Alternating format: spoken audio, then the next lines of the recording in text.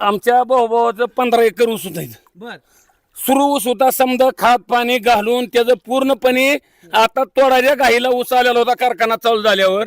आणि ते आज जमीन दुरुस्त म्हणजे दुरुस्त झालाय, काय तोडण्याची परिस्थिती राहिलेली नाही त्या ऊसामध्ये.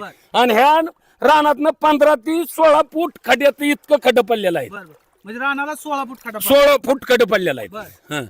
ऊस सगळा वाहून गेला. वाहून गेला, काहीच नाही आता. काय नाही.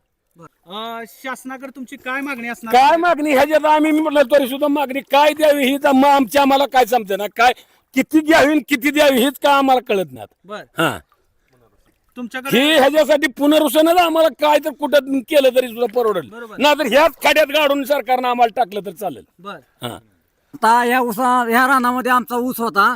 ऊस तर निघूनच गेलाय, पण 15 फुटाचा असा खड्डा पडलेला आहे. ह्या रानामध्ये आम्ही काहीच करू शकत नाही. तर आमची शासनाकडे एवढीच मागणी आहे की शासनाने आमचे पुनर्वसन करावं. जे आता जवळजवळ 10 ते 15 लोकांचं असं झालेलं आहे. इथं झालेलं आहे, तिकडे 3 किलोमीटर अंतरावर बंधाऱ्यापाशी तसंच झालेलं आहे. यांनी काहीतरी तात्काळ इथं येऊन नियोजन करावं आणि पुनर्वसन या लोकांचं करावं, अन्यथा आम्ही जलसमाधी घेण्याच्या पवित्र